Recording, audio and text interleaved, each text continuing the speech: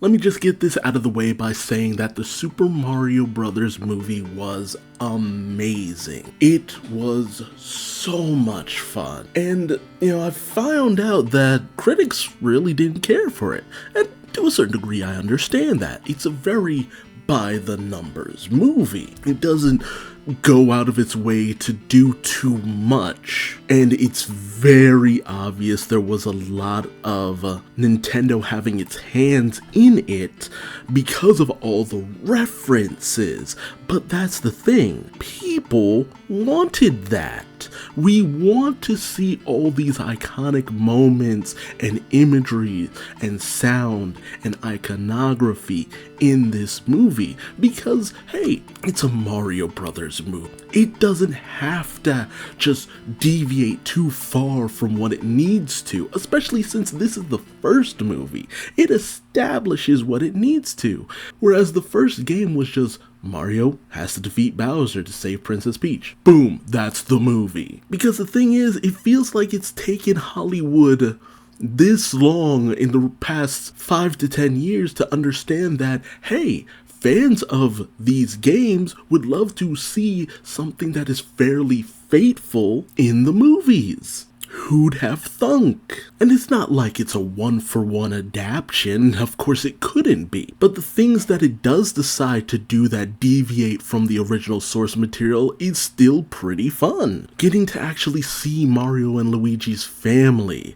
have them be looked down upon by their former boss Spike, which I thought was a nice reference, as well as their family in general. The only person who really seems to have any faith in them is their mother. The fact that we see a flashback to baby Mario and Luigi, and little baby Mario standing up for his brother, so his brother always tries to be there for him and vice versa, and just how much they really prop up that relationship of how much Mario cares for his brother, and choosing to make that their driving force for a lot of why Mario gets involved with things. No critics seem to understand just how interesting and well thought out the direction they chose to go in for this movie actually was, in order to make it both coherent and not as problematic. Because even when it comes to Princess Peach, where I love the backstory of her just kind of wandering into the Mushroom Kingdom, she's spent most of her life there, she's grown and developed, and the Toads loved her so much that they made her their queen. Bada bing, bada boom, there you go. Something that I don't even think the games have really properly addressed in any meaningful way to this degree. Hearing Princess Peach say to Mario, "You're a human," it caught me so off guard because I'm just like, oh my goodness. But that's always kind of been a bit of a question. Seeing Pauline as the mayor, I think it was a blink and you miss it moment, but I'm pretty sure she was the mayor. Donkey Kong Country being essentially this whole big kingdom is a massive departure, as well as Cranky essentially being like King Louie from the Jungle Book. I loved hearing the DK rap and all that. Bowser was incredible. Bowser was spot on. The spottest of spot on. My biggest criticism is essentially that not enough Luigi, but I understood why there wasn't that much Luigi. If anything, I want a sequel so I can get more Luigi. Comic. Amazing. I loved how much of a wingman he was to Bowser, and the subtle moments too where Bowser kind of hinted that he's both kind of bored and very lonely to a certain degree. There's a sympathetic angle to Bowser, but at the same time you still gotta kick his butt. How Toad isn't even really a part of Peach's inner circle or anything like that. He's just a Toad who likes just going out and having adventures. Just encounters Mario, does what he can to get him to the princess, and when they're off to go do other things, he's ready for adventure. It is some of the most far out stuff imaginable.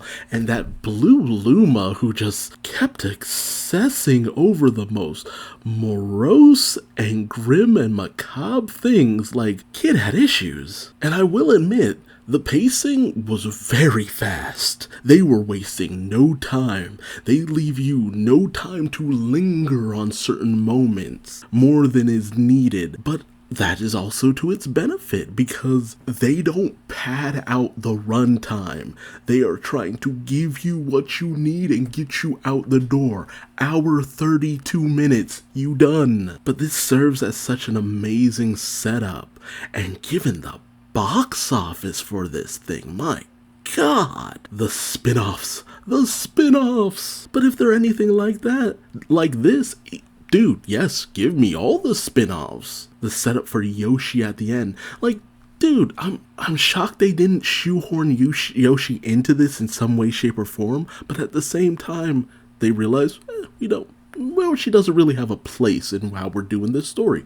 Save him for a sequel or a spin-off or something else. The voice acting. I'm sorry, for anyone who had problems with the voice cast, I mean, yeah, they could have gotten the usual people to do it, but everyone nailed it. I have no complaints on anyone's voice acting. Chris Pratt is getting issues here, left, right, and center, but in terms of his acting, hey, he's playing what he usually plays. The everyman who is plunged into exceptional circumstances and rises to the occasion. Bada bing, bada boom, it's done. He plays it well, he plays it believable. I was endeared, I fell in love, I want to hear more. And Charlie Day wants a spin-off, Luigi's Mansion style. I say give it to him. Seth Green wants a Donkey Kong spin-off. I say give it to him. I want to see more Diddy and Dixie Kong.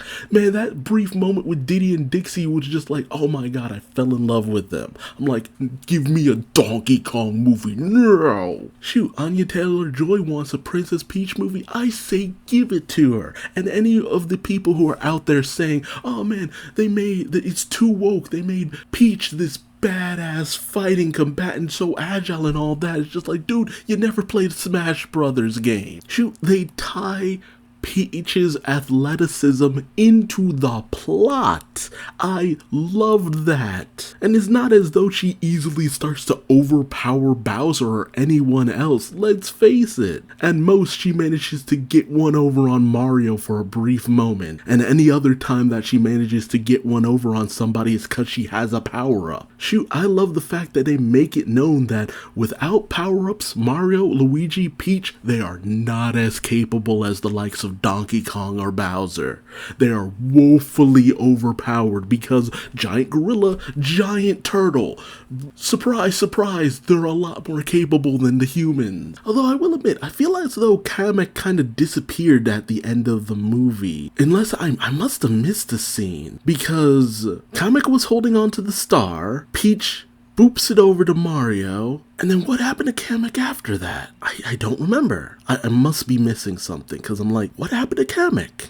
Because Kamek's magic was like very overpowered. That's the only reason that I'm just like, okay, you need to deal with Kamek because he's just too capable. But aside from that, I also love that Donkey Kong and Mario, they didn't get along. I actually gotta love that. Hinting to the rivalry they always seem to have, but they always manage to work together, and when they work together well. Love that. And as a Sonic fan, I will have to say, the only thing that makes me like this more than the Sonic the Hedgehog movies is just simply because I got a lot of the characters that I love.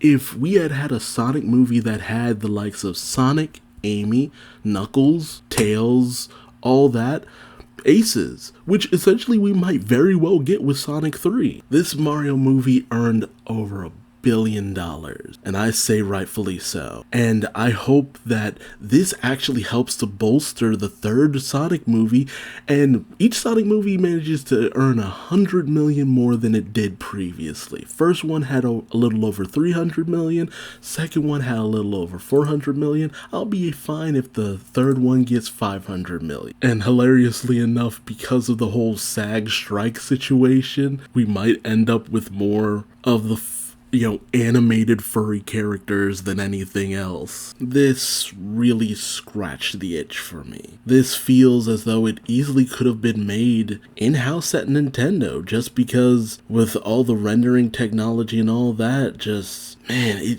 it makes me think of the Sonic short Night of the Werehog, where I came out of that just being like, man, guys, make an animated movie. And I feel like it would end up the same as this. The same kind of vibes, just nice, clean everything I needed in terms of a Mario story. Love the kart racing segments, love the little character moments. I love that they didn't really push that Peach and Mario were an item. The only people who seemed to really be pushing that was everyone else around them. And then Mario's just like, I'm just being nice. Like, thank you. It's the first movie. You want a hint on it going forward, fine. But I'm glad that they didn't push the whole, oh, Mario and Peach are in love. It's just like, no, they're just really good friends. There was just so much that they had put in here that could be applied to the sequel and applied well. I could just keep babbling, but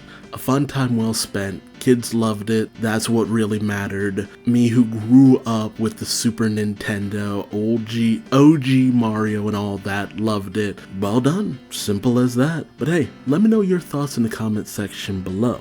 Also remember to like, comment, subscribe if you enjoyed the ride. How did you feel about the Mario Brothers movie? What do you want to see in a sequel? All that good stuff. And until next time, I've been Duuz-Diz-Din. Thanks for watching, and I'll see you later. Take care. Bye-bye.